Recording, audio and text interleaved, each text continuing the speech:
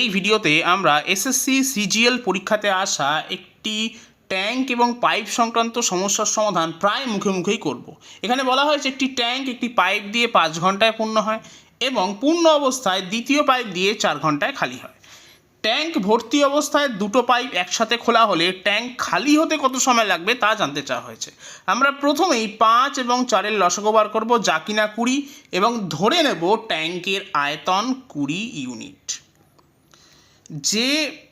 যে পাইপটা ট্যাঙ্কে ভর্তি করছে তার সময় লাগছে 5 ঘন্টা, তাহলে সেটা 1 ঘন্টায় পূর্ণ করবে কত? 4 ইউনিট।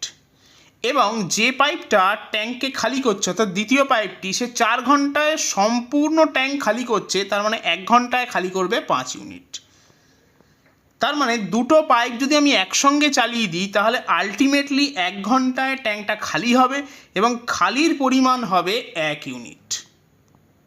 তাহলে সম্পূর্ণ ভর্তি অবস্থায় অর্থাৎ যখন ট্যাঙ্কের আয়তন 20 ইউনিটই ছিল, সেই অবস্থায় যদি আমি পাইপ দুটোকে চালিয়ে দিই তাহলে 20 ইউনিট খালি হতে সময় লাগবে অবশ্যই 20 ঘন্টা, তার কারণ 1 ঘন্টায় খালি হচ্ছে 1 ইউনিট। তাহলে সঠিক উত্তর হবে অপশন সি, 20।